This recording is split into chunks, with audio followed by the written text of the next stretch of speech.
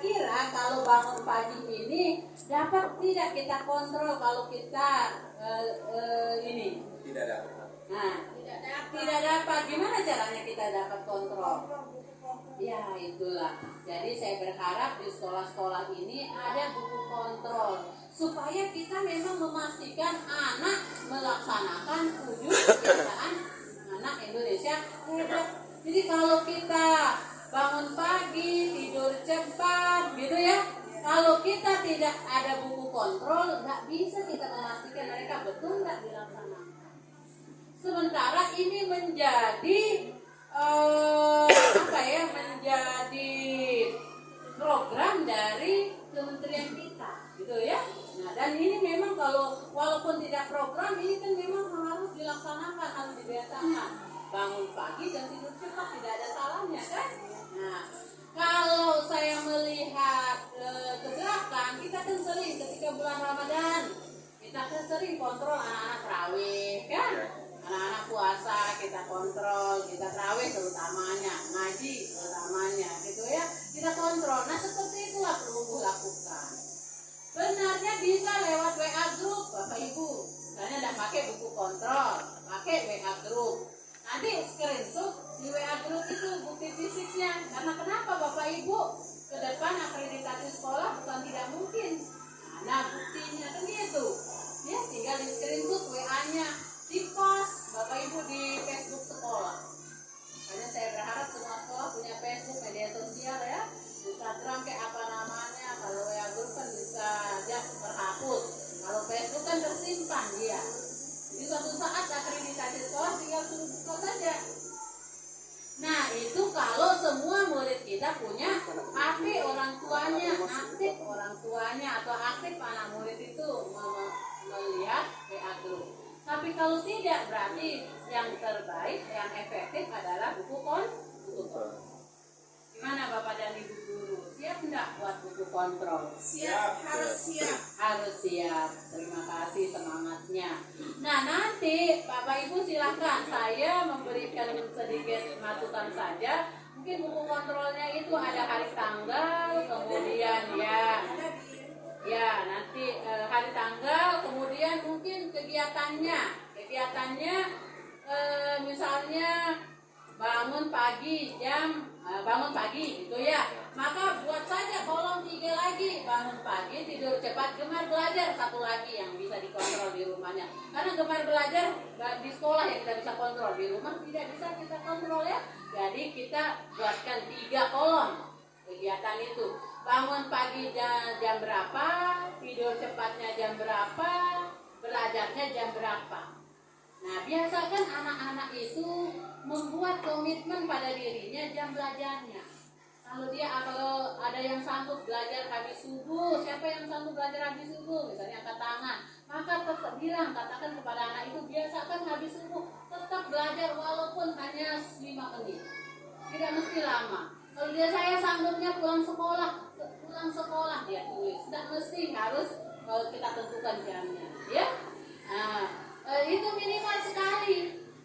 Tapi kalau ada anak saya 2 kali belajar bu guru, nggak apa-apa dia tulis 2 kali. Misalnya jam 5 dia belajar, sama jam berapa dia belajar lagi. Silakan ya. Dan yang belajar juga dengan begitu kita bisa lihat kebiasaan anak-anak kita.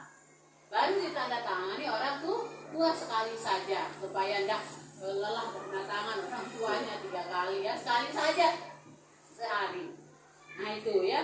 Kalau mau lagi yang mau dilihat kehidupan bermasyarakatnya juga silakan. Tapi mungkin kalau ini hemat saya nanti kita diskusikan di sekolah saja.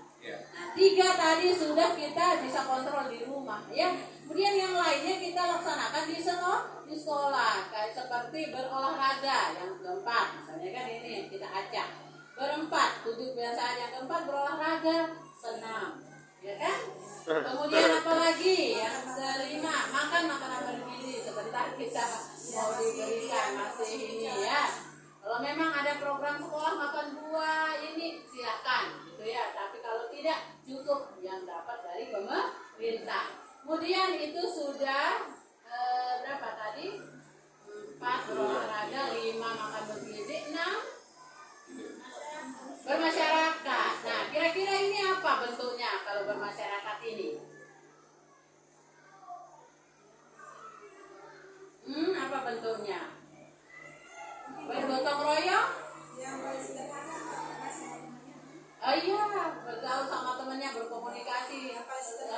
paling sederhana, iya.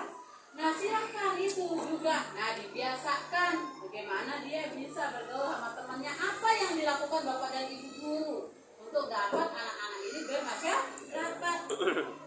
Bermasyarakat ini juga mungkin bisa bergotong royong, mengajak anak gotong royong membersihkan sampah. Makanya saya katakan tadi 7 kebiasaan sehat ini juga merupakan ini turunan dari profil belajar Pancasila, yaitu gotong royong itu.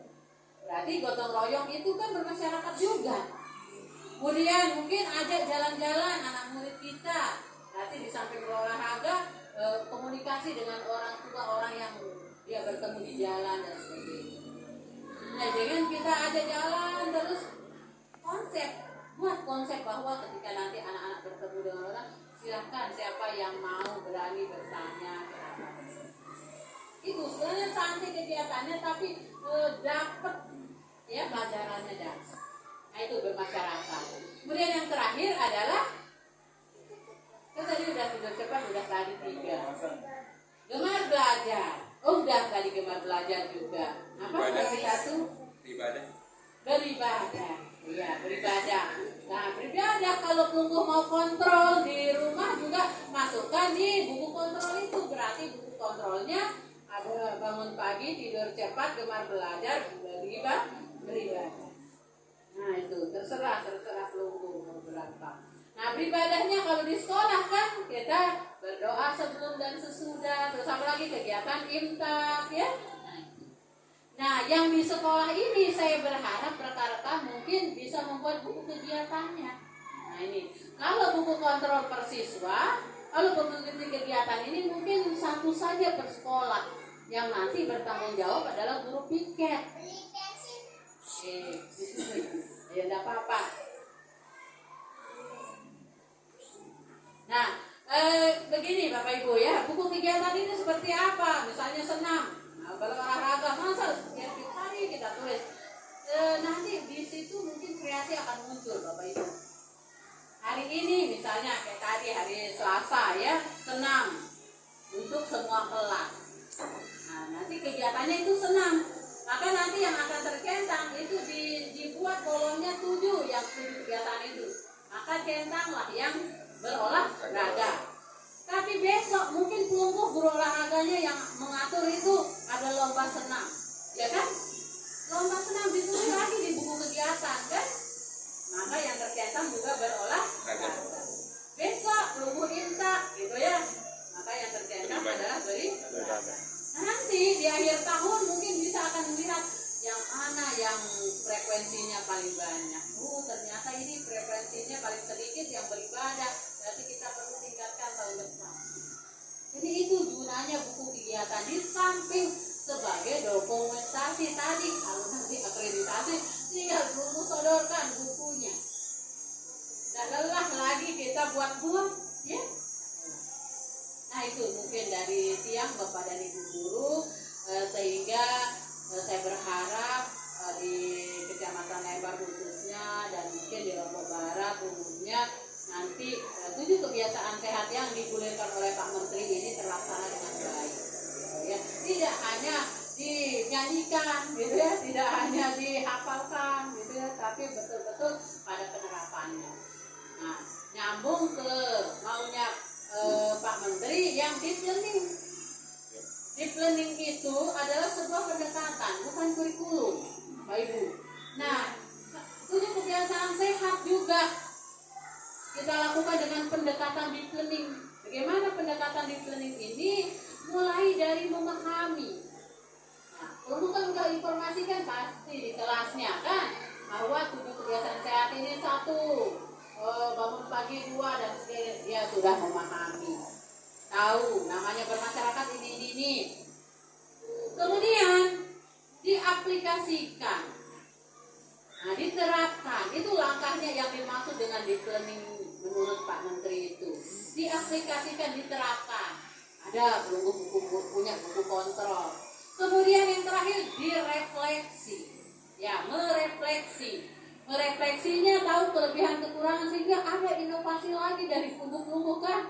Ternyata nanti mungkin di tahun depan kita makanan bergizinya nanti di samping kita makan mungkin kita ada apa gitu ya yang akan muncul kreativitasnya. Oh, untuk berolahraga di samping senam ada inilah tahun depan. Jadi itu mendalam. Karena yang dimaksud dengan deep learning itu kan seperti yang kemarin berkesadaran, bermakna dan menyenangkan. Nah, itu terpadu. Itulah deep learning. Kalau dalam proses pembelajaran sebenarnya ini sama kayak dulu sebenarnya ya. Nah, sekarang langkah-langkahnya itu saya melihat langkah kegiatannya itu ada persiapan, konfirmasi, kemudian yang pertama apa? Eksplorasi, elaborasi, konfirmasi. Itu kan dulu sudah kita laksanakan sebelum kurikulum merdeka ya. Nah, itu. Jadi langkah-langkah di RPP-nya itu kembali lagi seperti itu. Tapi mau masih menggunakan yang lama juga sama. Yang penting dalam kita menyajikan pembelajaran, memahami, mengaplikasi, merefleksi. Sekarang itu pun kan kita disuruh pakai refleksi kan? Cuma beda-beda namanya doang.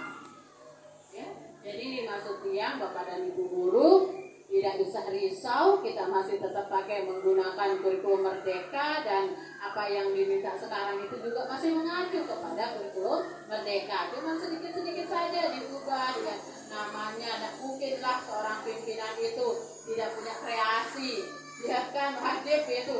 Kalau SIDE aja sekarang ya udah kelas 4 kemarin naik ke kelas 5, pastilah mau ubah kelas itu. Nggak mungkin SIDE mau tetap begitu kan. Nah itu kepala sekolah juga sekarang kemarin Pak Adi, sebelum Pak Adi siapa gitu ya, datang Pak Adi pastilah ada berubah sedikit. Begitu pula lah dari ini menteri juga, masa dia mau tetap seperti yang kemarin kan, jadi ubah-ubah yang tapi intinya masih sama. Nanti mungkin dari Tiang selanjutnya saya buka diskusi. Terima kasih atas perhatiannya. Assalamualaikum warahmatullahi wabarakatuh. Waalaikumsalam warahmatullahi wabarakatuh.